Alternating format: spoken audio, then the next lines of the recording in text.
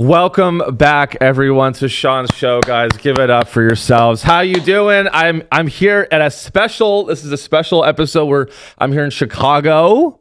Hello. I hope you are. If you're listening from Chicago, what's up? I'm in. By the time you listen to this, I'll be gone. But hello. We have a lot to get into. So before we get into it, I look very flattering in this lighting. Give it up for Chicago Podcast Studios for having us. We may, you can bleep after the episode if you're like, please bleep out the name of the studio. I'm kidding. That's a joke. No, it's going to be good. It's going to be good. We have a lot to get to. I hope you're doing well. Before we get going, please review the show on Spotify. You hate hearing it. I hate saying it, but I want you to do it because we're almost at 15 reviews, which means we're at 14 reviews.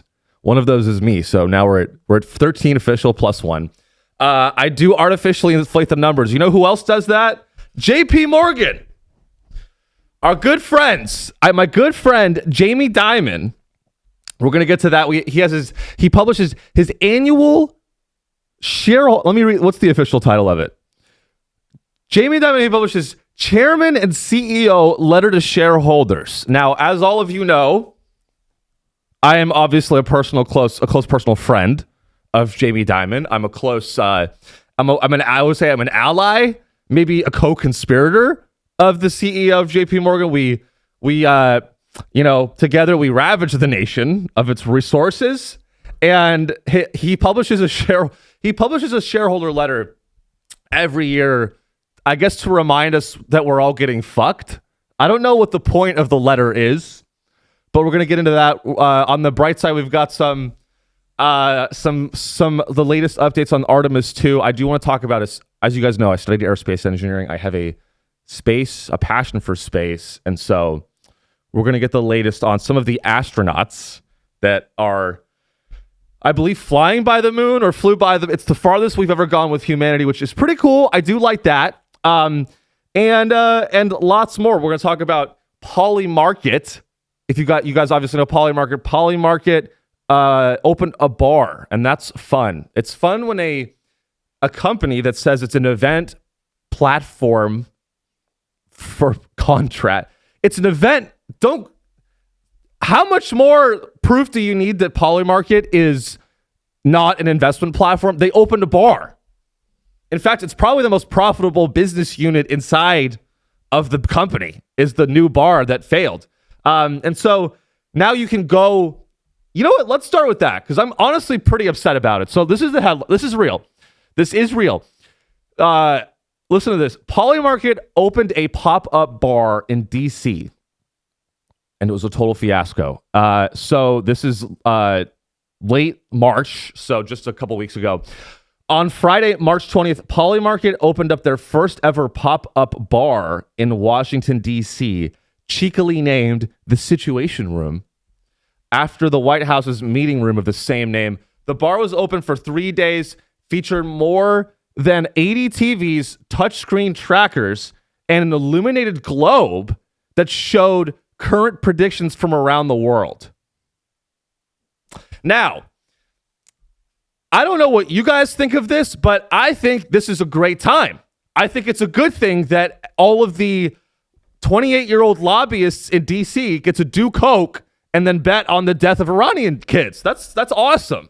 That's awesome that you can go to a bar now, which is called the Situation. It actually is the real Situation Room, and you can go there and you can make a Polymarket account and you can make but they're not a casino. So it's a website where you can bet on whether we nuke Tehran. Right? But it's not a casino. It's not a digital casino. Did we make a bar that's basically an actual? This is Polymarket's actual casino. They made an actual casino, but they call it a pop-up bar to avoid. That's what the lawyers co-signed. You know, it's a casino. It's not a pop-up bar. And I guess it was a big flop, but we are obviously very happy here at Sean's show that it was a big flop. We are not Polymarket fans. They are a sponsor of the show, but I don't like to mention that. Of course they're not, but it's just like they're like the youngest, you've heard this, right? The youngest billionaires that exist right now have made their billions on creating websites where you can just gamble on whether Trump praises Allah, which just happened too, by the way. I mean, that's gotta have been an intern. That's gotta have been a guy that was like, hey, let's all make some money here. Whoever drafts Truth Social posts for Trump, he drafted it, and then I'm sure that someone hit him up and was like, hey, like, let's make some money on this. Or maybe it was just Trump was on a larger than usual amount of ketamine, but we don't know. So, I mean, it's just things are just getting better and better. Things are getting better and better for the country and for the world. And you guys know that you listen to this show for optimism. Optimism is really important right now. Optimism and strength. Optimism and strength are very, very important right now because there's a lot of chaos in the world. There's a lot of things going on that maybe make you feel upset. There's a lot of things going on in the world right now that I understand that you may be upset and afraid to read about, whether it's domestically, abroad, in your personal life, maybe there's some shit's going down. But I want you to know that there's hope for you. I want you to know that there's someone that's in your corner. There's someone that's in your corner that wants to help you. And you know what that person's name is? Jamie Dimon.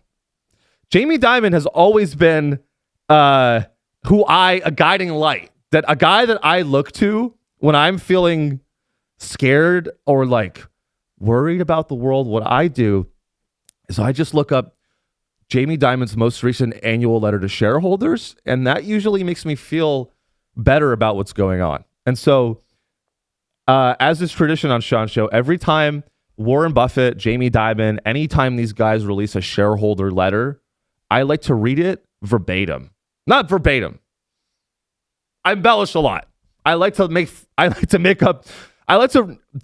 read chunks of it to get us to remind ourselves like what these guys are thinking and how they think about the world, right? So, let's just get right into it. I think this is going to be very juicy, and I think it's also going to, I hope that it illuminates a lot of things that are going on in the world for all of us. Obviously, Jamie Dimon is a very intelligent guy. He knows what's going on. And so I was happy to see that he released his shareholder letter. So just brace yourself right now as we hear from the CEO of one of the largest banks and what he thinks, how he thinks it's going. Okay? Here's how Jamie Dimon thinks it's going. So here we go. Here's how it starts. Dear fellow shareholders. Now that's presumptuous. That's a little presumptuous, Jamie, that I'm a shareholder of your company. Okay, I'm not a shareholder at all. I'm a debt holder. I hold a lot of debt. He goes, dear fellow shareholders. A better way to describe Americans would be, dear American Express debt holders. Dear debtors of America. Dear debtors of America, we continue to win against you. Dear fellow shareholders, in 2026, America is celebrating its 250th anniversary.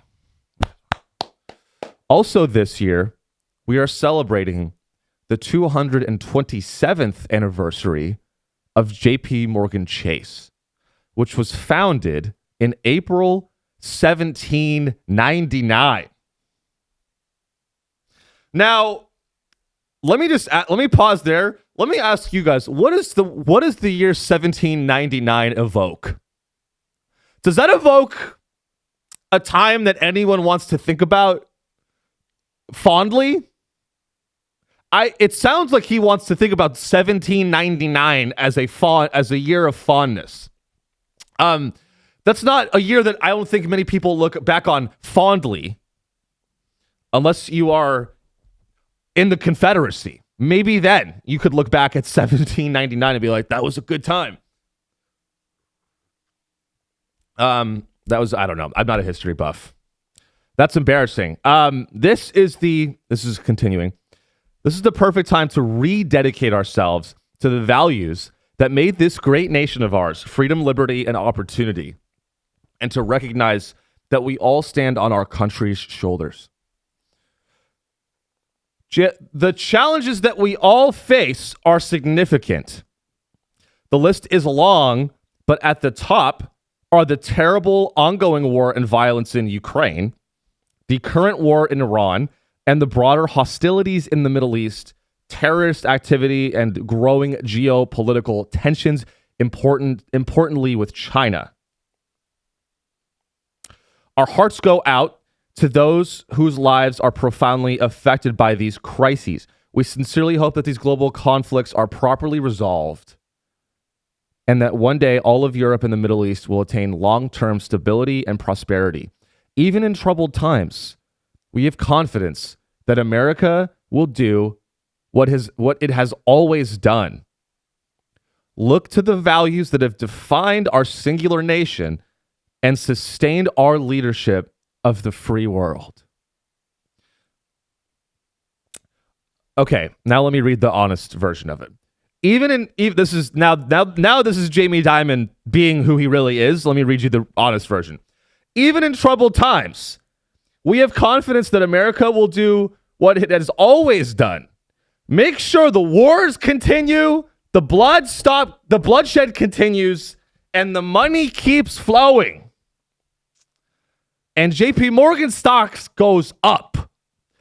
Despite the unsettling landscape, the U.S. economy continues to be resilient, with consumers still earning and spending, and businesses still healthy. It is important to note that our economy has been fueled by large amounts of government deficit spending and past stimulus, and that increased expenditure on infrastructure remains a growing need. Now, because of the war in Iran, we additionally face the potential for significant ongoing oil and commodity price shocks, along with the reshaping of global supply chains, which may lead to stickier inflation and significant ongoing and ultimately higher interest rates than markets currently expect. All right, I'm falling asleep now. Continual trade. Now,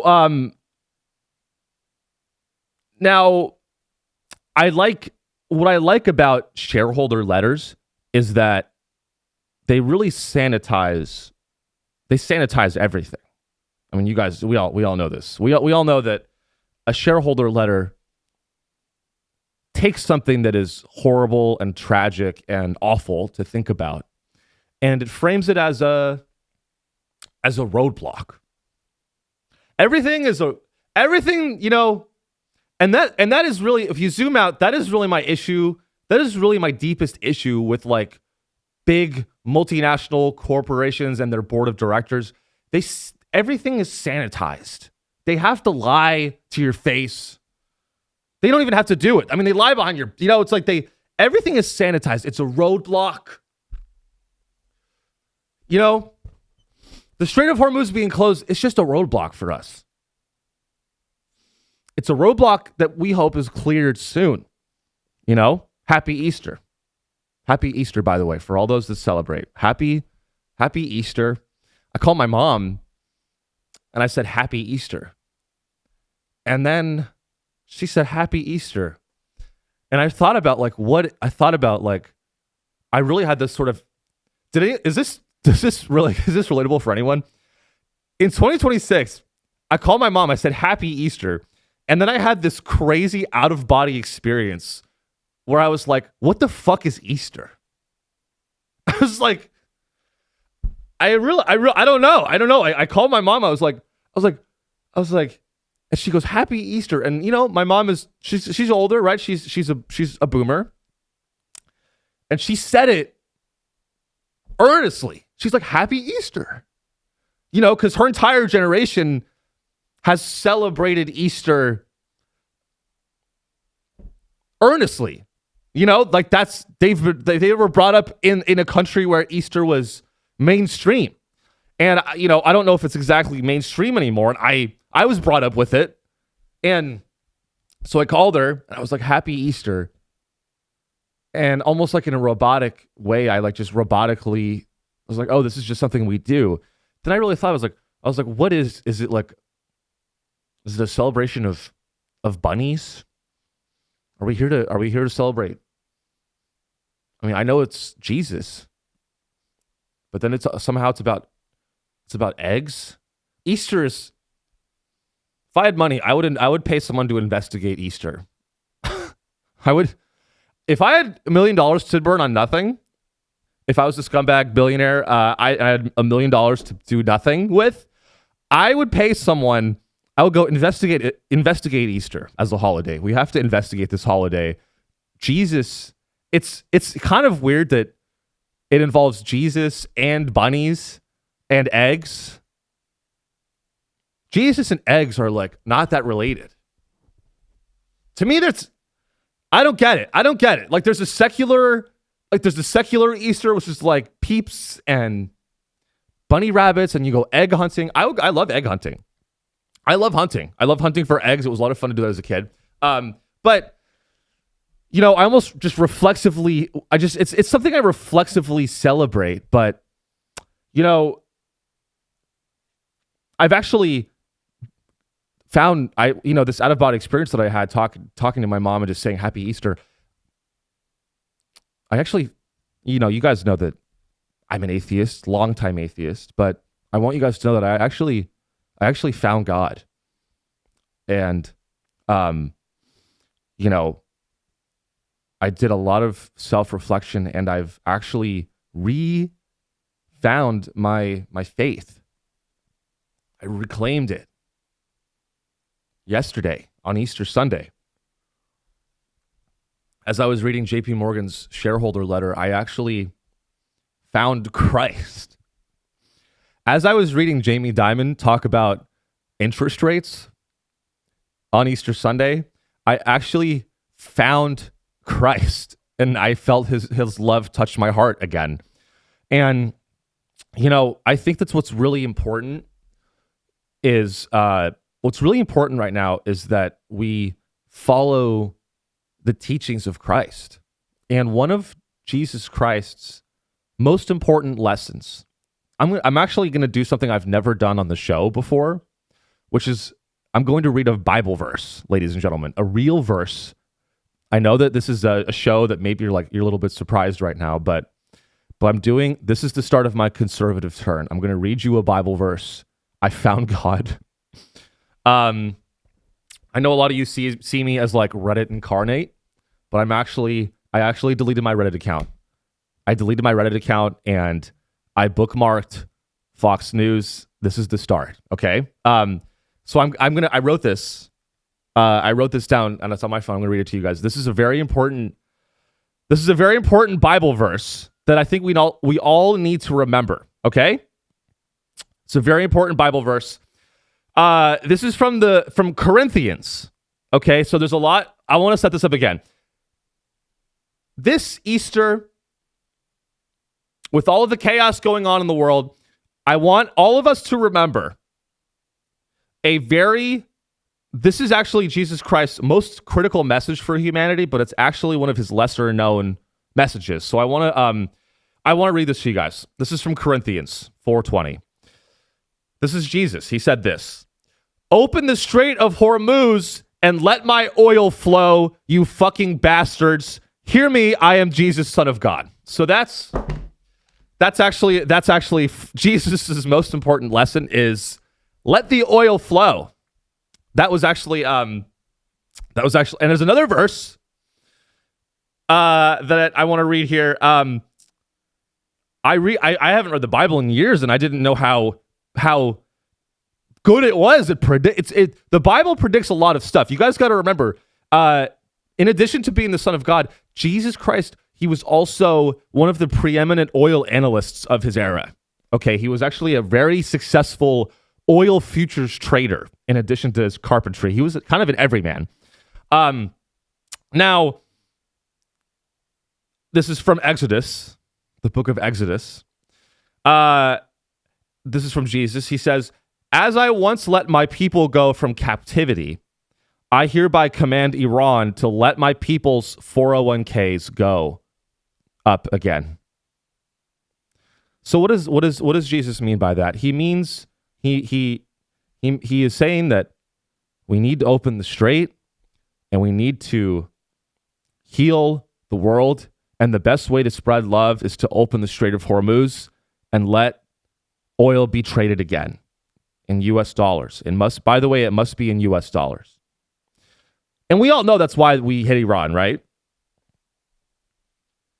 Because I think we're, I don't know. I'm just saying that might be a little bit that it may have had something to do with the fact that these other countries are like, why are we using US dollars to trade oil? We hate you guys.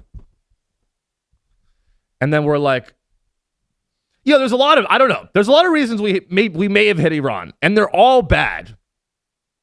There's a lot of reasons that we hit Iran and we're going to war. And if whichever one it is, it's not good. Okay, whichever one is the real reason that we went, we're not there for a good reason. I have an additional passage that I want to bring to you guys. Again, this is all in celebration of Easter, so happy Easter. This is I want to share with you guys something that a lot of people don't know. A lot of people think I'm Jewish. I grew up Catholic. I grew up a Roman Catholic, a traditional Orthodox Catholic. And there's actually an 11th commandment, a secret. Like In-N-Out has like a secret menu. This is like actually a secret 11th. There's actually a secret commandment that not a lot of people know. And it's actually the most important commandment. I'm going to read it for you now. Thou shalt fuck. All right, let's try again. I can't botch this.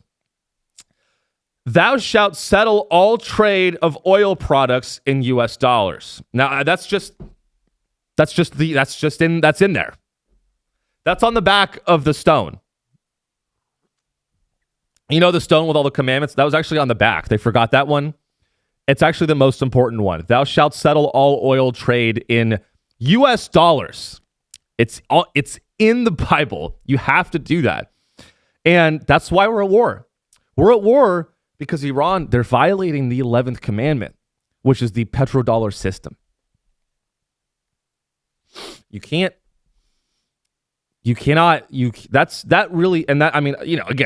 if we're being real, guys, I think that's why we're actually there. You think we actually give a fuck if Iran has a nuke? We're there because they're trying to trade oil in yuan. That's the reason. Iran probably has, who cares? Who cares? I was talking with my friends. Guys, why, if you really put it together, my friend Chai made a great point. He said, why are we in Iran? If we're in Iran because they're enriching uranium, why aren't we doing a ground invasion of North Korea? Doesn't North Korea have like a shitload of nuke? Like, can they not? Are they not like they have the nuke, but they can't? I don't know. I'm not a geopolitical analyst in the grand sense of the word, but it just seems a little more realistic. It seems a little more realistic and reasonable that maybe we're there for a different reason. Maybe we're there because maybe we're there because they want to decouple. Maybe that we are in Iran because Iran wants to get out of the relationship that they have with us. That's kind of how I see it. The US and Iran, we're in a toxic relationship. With the United States, we're like a toxic boyfriend. We really are we're like an abusive boyfriend to the world. And Iran is like, I don't want anything to do with you guys. Like, all I want to do is do my own thing. I don't want to have to use US dollars. And the US is like, all right, well, you better fucking keep using US dollars or we're going to have a problem. It's and You know? Not that I'm pro Ayatollah. I'm just saying, like, let's be fair here. Let's be a little fair. You know, that is really I think that's really what's playing out right now. Is you're seeing the United States. We're losing our death grip on our hegemony. You know, we're losing the death chokehold that we've had on the world, and the policies that we've been able to export to the world through the petrodollar system. I had a lot of caffeine this morning. Okay.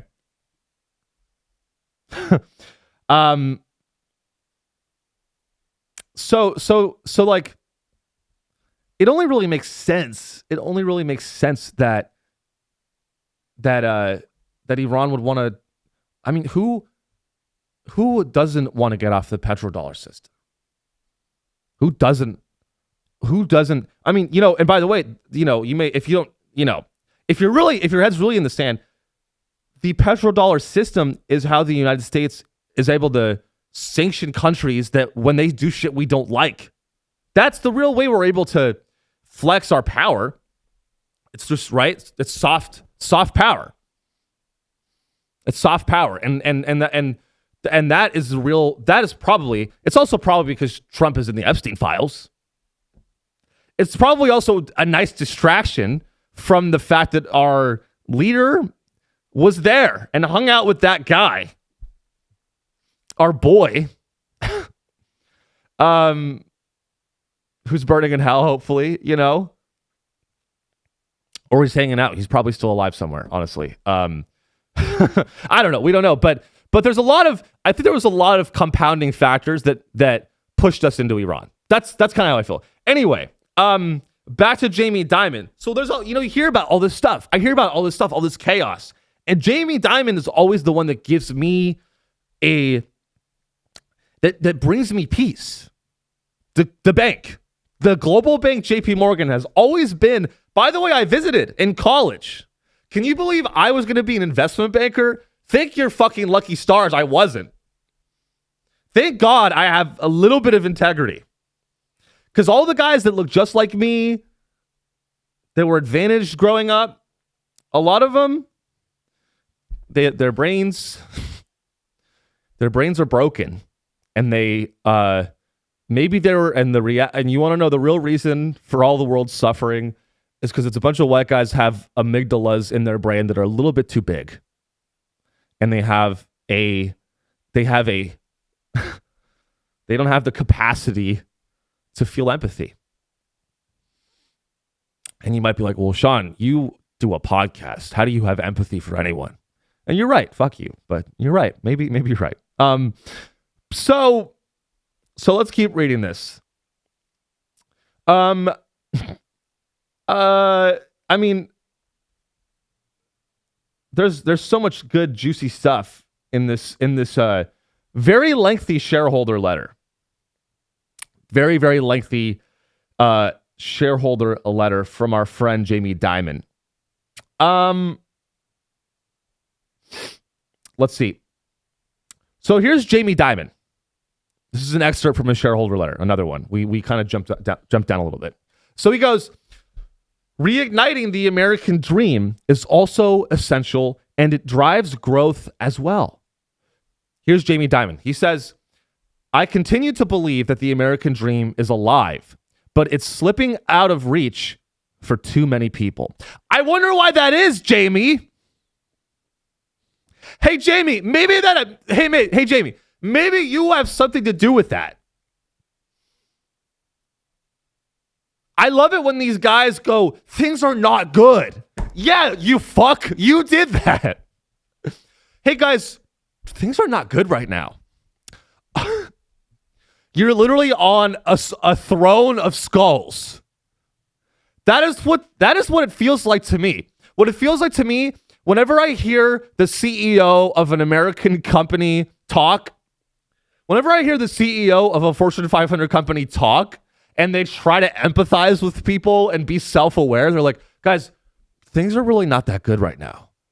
And they're sitting on a throne of skulls. drinking a chalice of our blood. I mean, I'm sorry. That's what it feels like. It really feels like Hunger Games right now. It feels like we really live in Hunger Games. We are accelerating towards a Hunger Games world that exists already for most people. But I think it's coming to America. You have District 1, right? Where they have grapes for lunch, and they do that IV treatment thing where you get I've never done it, you get hammered all night. If you've done that thing, this is an aside. If you've done that thing where you get hammered and then you wake up and you call a nurse in to wherever your Airbnb is and you get the fucking thing in your arm that like the vitamin injection or whatever, you are in the global elite and I don't want to have anything to do with you. You were a bad person. Sorry. If you've Ubered a nurse to your Airbnb after you got blacked out drunk in like Raleigh, North Carolina, and sat there while a nurse injected you with a vitamin package, and you spent $500 on that shit, I'm sorry. I don't know. Can I ask you this? Who the fuck do you think you are? You don't need that. Be hungover like a human being. Is that crazy? If you get hammered, that's cheating. To me, that's cheating. If you get hammered and you get blacked out drunk and you wake up the next morning and you're like, oh, I'm going to cheat. You're cheating death. You're like Cortez. You're like Cortez. You are trying to find a chalice of immortality, and I do not respect you. If you get hammered, handle your hangover like a goddamn adult and have 5 cups of coffee and maybe rail some Coke and maybe do some Advil. Maybe take some Advil. But this futuristic, I don't like it. You're not above anyone. If you think you're like cooler because you do the vitamin thing, the nurse injects you with adrenochrome. I mean, that's basic. I'm joking. It's basically what it is to me. It's no different. So Jamie Dimon is worried. This is straight from his letter. Jamie Dimon is worried that the American dream is slipping out of reach for too many people. Now, rest assured that the CEO of JP Morgan Chase has your best interests in mind. Rest assured that the guy who made it to the top of one of the largest banks in the world cares about you deeply. He goes, it's affecting generations of families. This slows economic growth, hurts communities, and prevents many people from getting ahead. Further, it deeply damages Americans' faith and confidence in their country. You know what damages my faith in this country? JP Morgan lobbyists. You know what damages my faith in this country? Policy that benefits the 1% and fucks over the 99%. Do I bank with Chase? Duh. Do I think they're the best option? Duh. I'm kidding. Duh. Okay. Oh, here, this one should be fun. You ready? Here's another section. Investing in Alabama. Now, that's just a stupid fucking idea. Now, when this came out, I think a lot of people their stock plummeted immediately. Investing in Alabama? That's just already down. All my listeners are in Alabama, so I just lost them all. That's okay. So they're investing up the da-da-da. I mean, it's a bunch of lip service. We're going to help the poor. So he goes, we're investing in Alabama. You want to know what they're doing by what they mean by investing in Alabama? That means they're taking the last public school and bulldozing it for an AI data center. Probably. I don't know for sure. I'm not actually going to read it to you because it's funnier if that's true. But so how is JP Morgan using AI? This is always fun. AI, data, and technology are key to the future, as is solving for how to implement AI properly and fast. Okay, so I really want to zoom in on a word that I think I want you guys to have sort of in your consciousness. A little turn of phrase that people use that I just want, to me, and it's a red flag. To me, and I do use this phrase sometimes, admittedly and regrettably. To me, one of the biggest red flags and signs that someone is a psychopath is if they use the phrase, well, how do we solve for that? You know I'm fucking right. How do we solve for climate change? That is someone that will step on your throat and dump nuclear waste into a children's pool. How do we solve for safe AI implementation? Well, how do we solve for that? Hey, you know what? Human life is not a mathematical equation that you can solve for. I'm sorry. That phrase is like the newest export of Silicon Valley culture. I love math. It's taking a beautiful thing, solving an equation, which is an abstract thing that we should all really love and appreciate. And they take this abstract thing, solving an equation, and they try to apply it to the problems that real humans are dealing with. And I'm sorry, but and they sanitize it. They go, let's solve it. Well, we can solve it. You're not going to solve it. If you are trying to solve it, you are the guy fucking it up. I love Jamie Dimon. I love Jamie Dimon. I love every CEO that just placates to all of our frustrations and says that they're aware of the frustrations and then immediately talks about how they are going to do things that continue to make shit worse. He goes, we're investing in Alabama. We understand that the wealth inequality in America is worse than it's ever been. And simultaneously, we will deploy AI. We will deploy all technology to do better jobs for our customers and employees.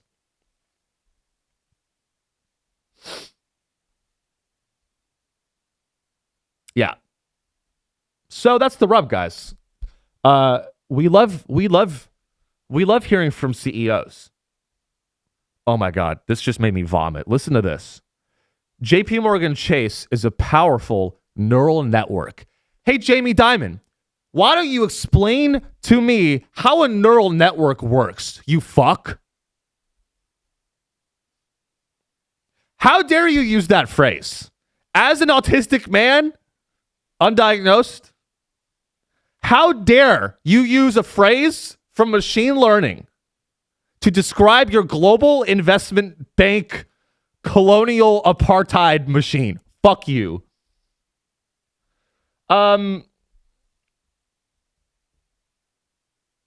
This is a comedy show, you guys. All right. I mean, it's so long, but I recommend that you read it in full. If you want to be an informed person and you want to win and you want to survive, I recommend that you read Jamie Dimon's letter to shareholders in full, but only if you're a shareholder. You're only allowed to read it if you're a shareholder. So we're going to stay abreast. We're going to stay abreast of that. We're going to stay abreast and we are optimistic. We are optimistic. And the optimism, I feel a lot of optimism.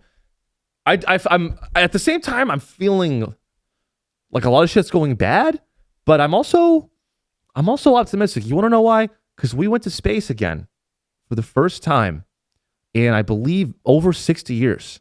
We flew around the moon, and the toilet broke. You guys heard about this? The toilet broke in space. Artemis II. We're there. You know, it's cool. It's cool that we're getting out into space. Again. But I will say this, and I can say this as someone who got rejected from NASA 7 times. Guys, which probably explains a lot of my opinions on the world. I want you guys to know, being a failed podcaster wasn't my first choice. Okay? I wanted to be an astronaut. And I wear contact lenses, and when I was, going through the process, I didn't make it. I say as if I made it that far. I thought about it, and, astronauts, I think you have to start as a pilot, and you need to have like perfect vision, and then my dream was shattered.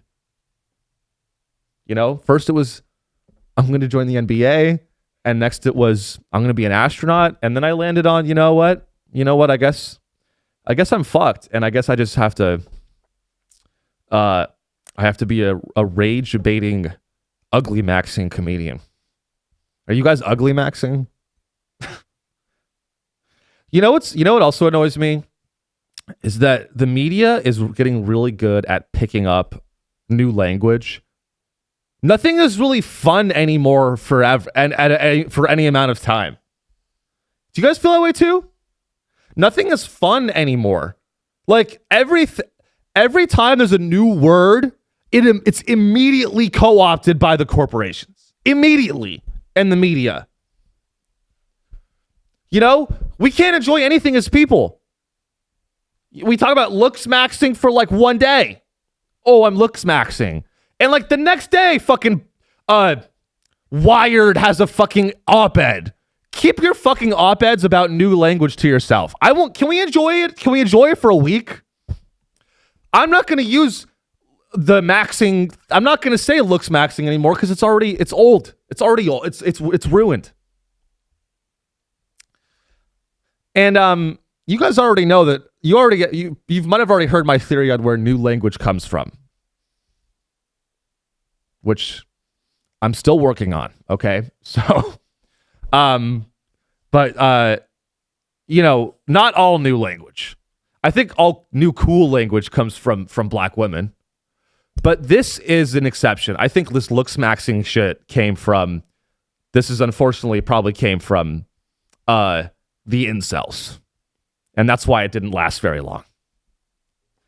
Looks maxing, if you unironically say looks maxing, I think you're a Nazi. I think you might be a Nazi. Yo, are you looks maxing? I think you love Hitler. Yo, I'm straight up looks maxing today. So this guy, Clavicular, I believe he like smashes a rock against his jaw. I'm going to look that up. I believe he like jaw smashing. I believe this is a thing that he does. So this guy Clavicular, if you don't know him, I don't know him either. Clavicular, I'm like 5 weeks late to this story. I'm sorry, you guys. Clavicular has gained notoriety for promoting the looks maxing trend, a subculture that encourages extreme measures to enhance physical appearance, including, and this is from the article, including smashing one's face with a hammer to strengthen the jawline. Now, this light is very flattering, but I think that that's something I could benefit from. I think that we might be going into a recession. Now, I don't know. I'm 29. I'm not a young man anymore. I'm hitting middle age, which is scary. And I am regrettably starting to become a boomer very quickly because I do not understand the youth. The youth of today, what they're doing baffles me. That might be the best recession indicator. Young men betting on whether or not Donald Trump says Allah in his next Truth Social post. That's number one. Here's the top recession indicators. Number one, now we can bet on whether Donald Trump says Allah in his next Truth Social post, and that's the only way to build wealth. You want to build wealth? It's not by getting a mortgage. Now you have to be really in touch with, now you have to be on Polymarket. And the second recession indicator that I think is I'm always watching is clavicular's jawline getting worse? If clavicular's jawline gets worse, that is when the Dow plummets. Shout out to Pam Bondi. Hey, Pam Bondi, how's the Dow? How's the Dow doing, Pam? I don't know if it's at 50K anymore. Now, I actually think that smashing your face to make your jaw stronger, there's worse things you could be doing with your time, maybe. I don't know. I can't think of anything worse that you could do with your free time than smash your face with a hammer. So it's a very, things are good. We have a final story. We have a final story that I want to get to you guys. And we're going to tie it all together. So this is just something that I want to share because, I've returned to God. I've literally, I know this is a shock to you guys, but I'm in the big 2026. I've actually returned to Catholicism. I've found God. I found Christ, particularly because the Pope is saying some very interesting things. The Pope of the Catholic Church. Here's how you know you're maybe not in the right. Here's how you know maybe you should rethink some of your choices is when the Pope of the Catholic Church says that you're going too far. Who's Chicago born? Chicago guy. The Pope, this is from NBC. In his first Easter message, Pope Leo warns the world is, quote, becoming indifferent to violence. The Chicago-born Pope issues a rallying cry against war and hatred days after he publicly called for Trump to find an off-ramp to the Iran war. Now, I think it goes without saying that if the guy that leads the institution that is basically systematic kid fucking, if he says you're like, hey man, what the hell are you doing? If the guy that leads that institution thinks that you're going too far, maybe it's time to look in the mirror. Maybe it's time to look in the mirror. If the CEO of the Catholic Church, wink, looks at what you're doing and is like, ugh, bro. He goes, and by the way, I don't have to explain the irony of this because need I remind you of the Crusades? Need I remind you of the Crusades, which was the original Holy War? This is basically the guy who started the original Holy War being like, all right, guys, we did this already. We already did this. I honestly think the Pope behind closed doors is like, we did this shit. We already wrapped this up. The Pope goes, let those who have weapons lay them down. Let those who have the power to unleash wars choose peace, not a peace imposed by force, but through dialogue. Oh, wow. Duh. Why didn't I think of that? Hey, Pope Leo, why didn't we think of that? That's fucking unhelpful as fuck. Hey, thank you. Oh, thanks, man. Thanks for contributing to the dialogue. He goes, we cannot resign ourselves to evil. The Pope goes, we cannot resign ourselves to evil. I would say the same to you, sir. No, and look, guys, I'm obviously I'm not a. Obviously, I agree with his message. I agree with the messaging. Now, do I think that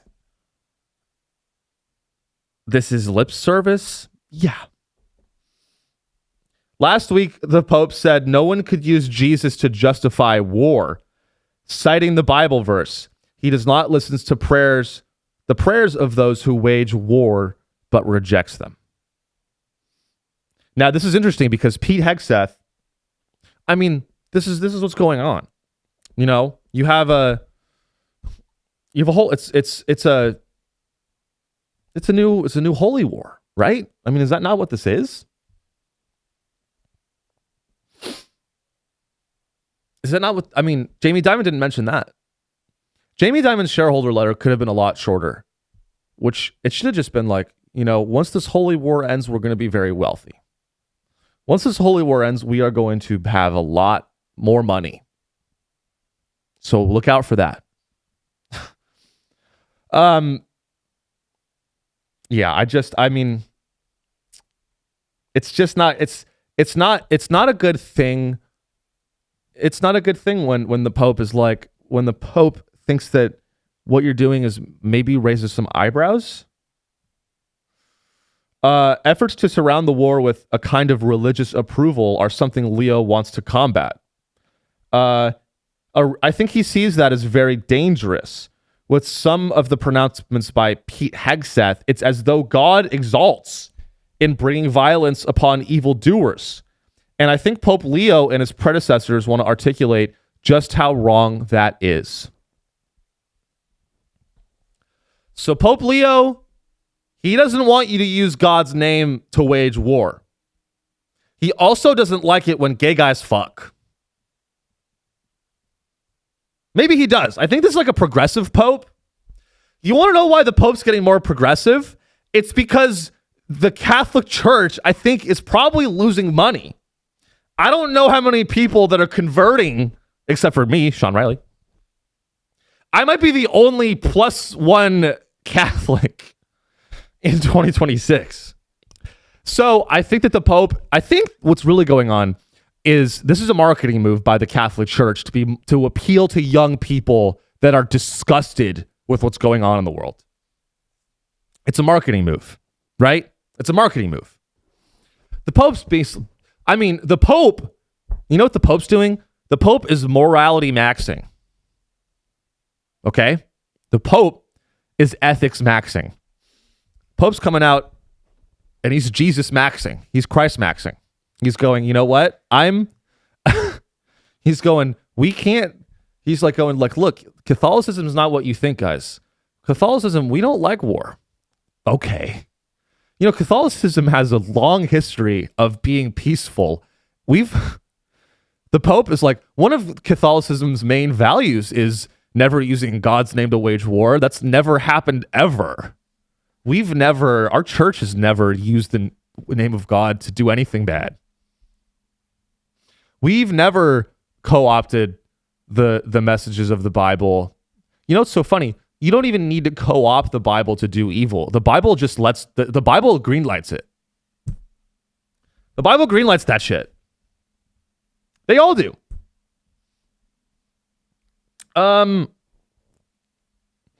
So, you know, in conclusion, I need help and I want to kill. No, I'm kidding. I'm joking. In conclusion, I think that a lot of people are just worried. I think a lot of people are really worried about, you know, where we're at.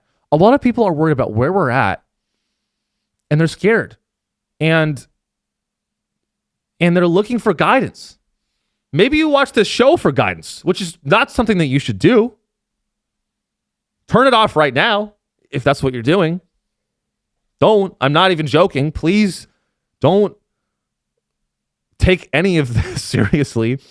But if you are looking for guidance, you know, and you're looking for something, if you're looking for something that you can do right now to lower your anxiety and just be more optimistic and confident in yourself, is number one, stop reading the news so much. I'm not saying be uninformed, but you don't need to be addicted to the 24/7 news cycle. Okay, you can just watch my show. I'll summarize all of it for you. No, read the news, but not too much. And the other thing you can do, if you want reassurance and you want peace, inner peace, you want to achieve inner peace, what I recommend you do is go to Home Depot and buy a hammer and start smashing your jaw with that hammer so that you can get hot. That's the only thing I recommend to you now is go to the Home Depot. Don't even buy it. Steal a hammer from I was going to say JP Morgan. Well, maybe you go there next with the hammer. I'm kidding. Go get that hammer from Home Depot and start smashing your jaw and start maxing. And then what I want you to do is I want you to take a good look in the mirror and I want you to ask yourself, when will you finally return to Christ? It's time to return. It's time to end the wars. It's time to return to Jesus. It's time to come to Jesus. It's time to realize that Christianity has always been the correct one and all the other ones are wrong. Obviously. And I'm saying that as a Jew. And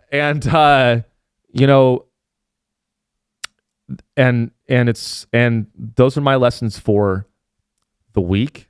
And most importantly, hug your loved ones and pray that this war in Iran goes on forever so that we can continue to benefit as an empire. And happy Easter. This is from everyone here at Sean's show. Happy Easter. Like and subscribe, review the show. Give me 1 star. You probably hated this. Give me 1 star or 5 or anything in between and drop a comment. And we have a Patreon, patreon.com/Sean Show, where I do an extra episode every week. I love you guys. And this was a very special episode. So tell your friends, and that's it. Bye.